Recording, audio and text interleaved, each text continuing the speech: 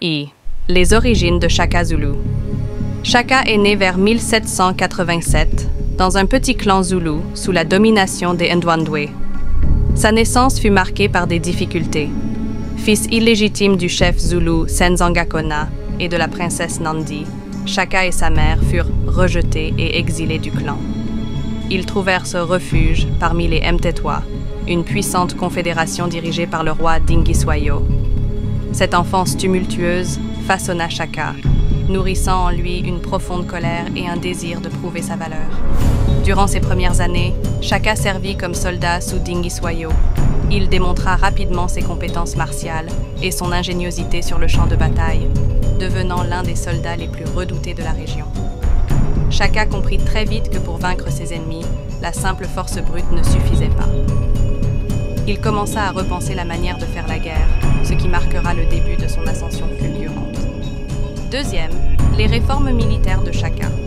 L'une des plus grandes contributions de Shaka à la culture zoulou fut sa refonte complète de l'armée. Avant lui, les guerres en Afrique australe se limitaient souvent à des escarmouches peu organisées, où les soldats lançaient des javelots de loin. Shaka introduisit une nouvelle arme, l'assegai, une lance à court manche avec une large lame, conçue pour le combat rapproché. Cette innovation transforma la manière dont les Zoulous combattaient, rendant leur armée bien plus redoutable. Shaka ne se contenta pas de changer l'armement, il réorganisa également les tactiques militaires.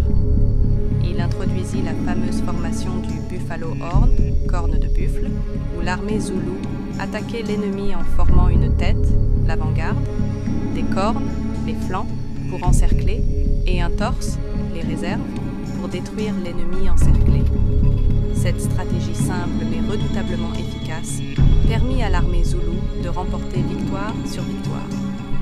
Shaka mit également en place un régime d'entraînement rigoureux pour ses guerriers, exigeant d'eux une endurance et une discipline de fer. Ils devaient marcher des centaines de kilomètres pieds nus sur des terrains rocailleux et marécageux pour renforcer leurs pieds et développer leur résistance.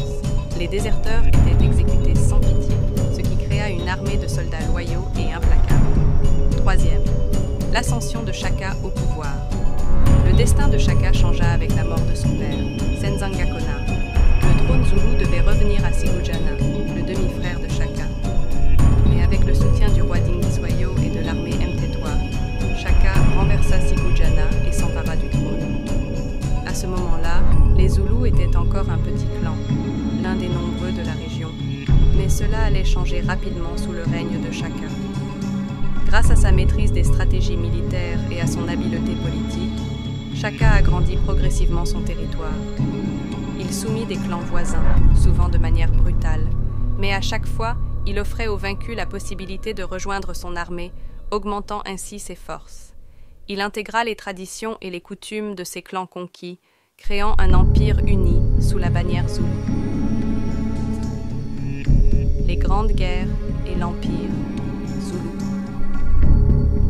La puissance militaire de Shaka fut mise à l'épreuve lors de nombreuses batailles, mais aucune ne fut aussi décisive que son affrontement avec Zwide, le roi des Ndwandwe, l'un des plus grands adversaires de Shaka. Zwide cherchait à détruire Shaka pour restaurer son influence sur la région. Cependant, Shaka, grâce à sa ruse et à ses tactiques ingénieuses, réussit à déjouer les stratégies de Zwide. Le moment décisif fut la bataille de la rivière Mlatius, où Shaka et ses guerriers tendirent une embuscade aux Ndwandwe. La bataille se solda par une défaite écrasante pour Zwide, et son royaume fut disloqué. Cet événement marqua l'apogée de l'empire zoulou, qui s'étendait désormais sur des centaines de kilomètres, du sud du fleuve Tugela jusqu'au nord du fleuve Bongola. Shaka devint rapidement une figure de légende. Ses conquêtes avaient créé un royaume prospère et redouté, mais son règne fut également marqué par une violence impitoyable. Les guerriers qui trahissaient ou échouaient sur le champ de bataille étaient exécutés, et Shaka n'hésitait pas à punir de manière cruelle ceux qui s'opposaient à son autorité. La mort de Dingiswayo et le pouvoir absolu. Le roi Dingiswayo, mentor et allié de Shaka, fut tué dans une bataille contre Zwide. Avec la disparition de Dingiswayo, Shaka devint le maître incontesté des Mtetwa et unifia les clans sous son contrôle.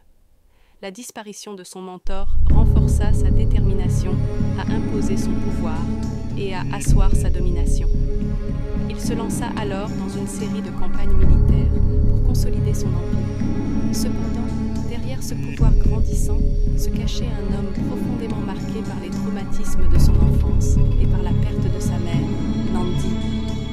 La mort de cette dernière en 1827 plongea Shaka dans un deuil profond. Il décréta un long et rigide deuil national, où il interdit la culture et la consommation de nourriture pendant plusieurs mois. Tout acte de joie ou de réjouissance fut sévèrement puni et des milliers de personnes furent exécutées pour avoir enfreint ses ordres.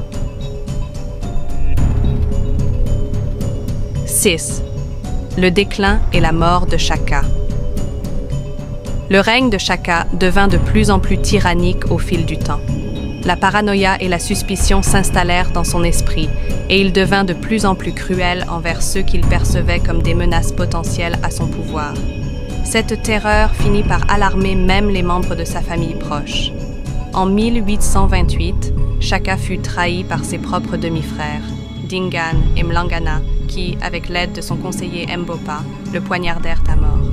Sa mort mit fin à une ère de conquête brutale, mais aussi à une époque de grande innovation militaire. 7. L'héritage de Shaka Zulu. L'héritage de Shaka est complexe. Il est indéniablement l'un des plus grands stratèges militaires d'Afrique, un homme dont les réformes ont révolutionné la guerre dans la région et ont transformé un petit clan en un empire puissant. Son influence sur la culture et l'organisation sociale zoulou demeure immense. Pourtant, son règne fut également marqué par une brutalité impitoyable, et beaucoup le considèrent comme un tyran. Cependant, il est important de comprendre Shaka dans le contexte de son époque.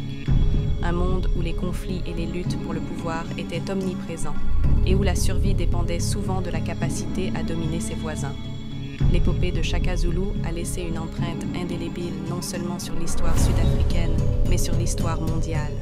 Son empire, bien qu'éphémère après sa mort, a marqué le paysage politique et militaire de l'Afrique australe, et ses innovations continuent d'être étudiées par les historiens et les stratèges militaires du monde entier. Aujourd'hui, Shaka est vénéré comme un héros national par beaucoup de Sud-Africains, un symbole de résilience, de leadership et de force. Ses exploits militaires et sa vision politique ont fait de lui une figure de légende dont l'histoire continue d'inspirer et de fasciner des générations. Cette épopée sur Shaka Zulu résume une grande partie de sa vie et de ses réalisations. Sa légende est le reflet de la complexité du pouvoir et